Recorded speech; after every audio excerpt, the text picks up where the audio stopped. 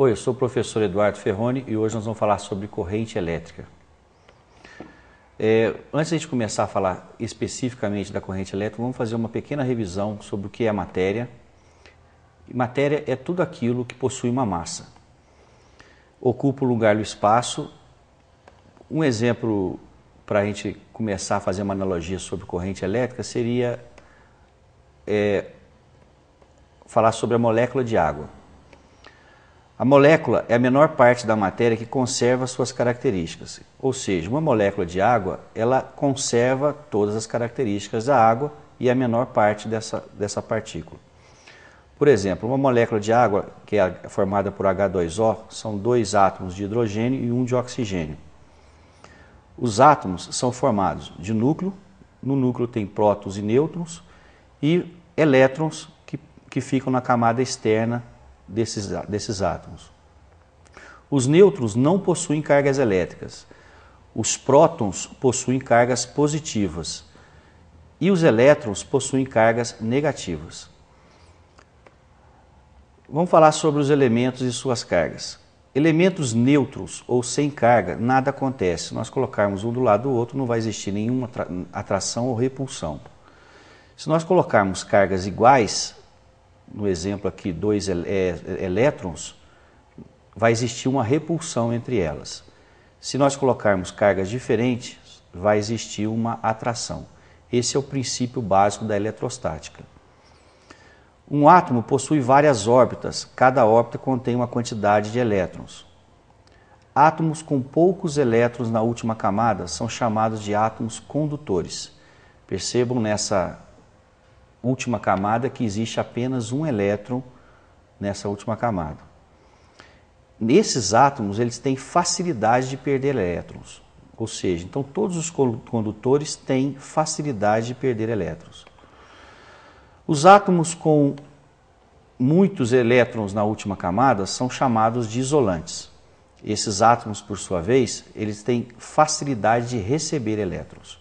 Percebam na última camada que existem uma quantidade maior de elétrons. Um exemplo prático.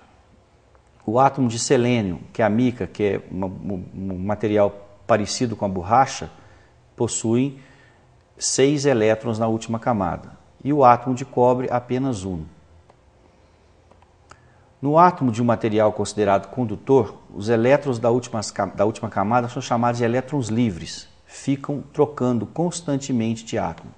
Vejam esse exemplo, onde existe uma troca de átomos desordenada de elétrons entre as últimas camadas dos átomos. Então, esses elétrons estão constantemente mudando de átomo. Se aproximarmos ou se polarizarmos esse condutor, colocando positivo de um lado, negativo do outro, essa troca de elétrons passa a ser ordenada. Então, nesse instante, passou a existir um fluxo de elétrons num único sentido, e aí dá-se o nome de corrente elétrica. A unidade da corrente elétrica, de medida da corrente elétrica, é 1 ampere. É comum trabalhar com múltiplos do ampere, valores acima de 1000, abaixo de 1000. Então, vamos ver como que a gente faz essa separação. Um exemplo prático seria aqui, subindo maiores do que 1 ampere, o quiloampere, o megaampere, o gigaampere. E descendo do ampere aqui nós temos o miliampere, microampere e nanoampere. Sempre subindo 3 casas, aumentando 3 casas à direita e descendo, é como se dividisse por 1000 cada degrau desse aí que vocês estão vendo na tela. Um exemplo, 23 miliampere equivale a 0,023 amperes. 62,5 miliampere equivale a 0,0625 ampere. 0,2 quiloamperes equivalem a 200 amperes. 6,6 quiloamperes equivale a 6.600 amperes. A corrente elétrica, então, nosso resumo, é o movimento ordenado de elétrons no interior de um condutor. O símbolo dela é a letra I maiúscula e a unidade é o ampere. Como obter uma corrente elétrica? Para obtermos uma corrente elétrica, precisamos de um circuito elétrico. E para obtermos o circuito elétrico são necessários 3 elementos básicos.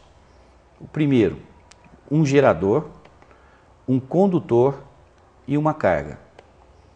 O gerador ele tem como objetivo orientar aquela movimentação de elétrons, ou seja, dar uma orientação àquela movimentação desordenada. O condutor é assegurar que a corrente vá ser transmitida até a carga. E a carga vai utilizar a corrente elétrica e transformar essa corrente elétrica em trabalho. Então, um exemplo aqui de circuito, nós temos lá o gerador e a carga. Para que haja corrente elétrica, é necessário que exista um circuito fechado. Tá? Se existir uma abertura nesse circuito, não vai existir o fluxo de corrente elétrica. Dando um exemplo aqui, introduzindo o interruptor. Se vocês perceberem, com o interruptor fechado, a carga está sendo alimentada. Se nós abrirmos o interruptor, para de chegar a corrente elétrica na carga, ela para de ser alimentada. Então, um exemplo, para que exista corrente, tem que ter um circuito fechado. Para medir uma corrente elétrica, nós utilizamos o amperímetro. Vamos mostrar aqui como que a gente utiliza o amperímetro. É fundamental, como ele mede o fluxo de corrente, para ele funcionar, o fluxo tem que passar dentro dele. Então ele é ligado em série ao circuito. Perceba que o circuito é interrompido e é colocado o amperímetro em série. O amperímetro, existem vários formatos, analógicos, digitais. Esse aqui é um exemplo de um multímetro que tem na sua escala o amperímetro e você pode medir ali correntes de 200 micro, 2000 micro, 20 mili ou até 10 amperes. Existem os amperímetros de alicate, que são aqueles que você não precisa interromper, ele mede a corrente através do campo elétrico criado naquele condutor, mas geralmente para correntes de valores elevados. Para utilizar o amperímetro, obviamente, nós temos que tomar cuidado que ele não pode estar energizado e deve ser colocado em série, senão ele vai queimar. Tem que respeitar as polaridades se a corrente for contínua.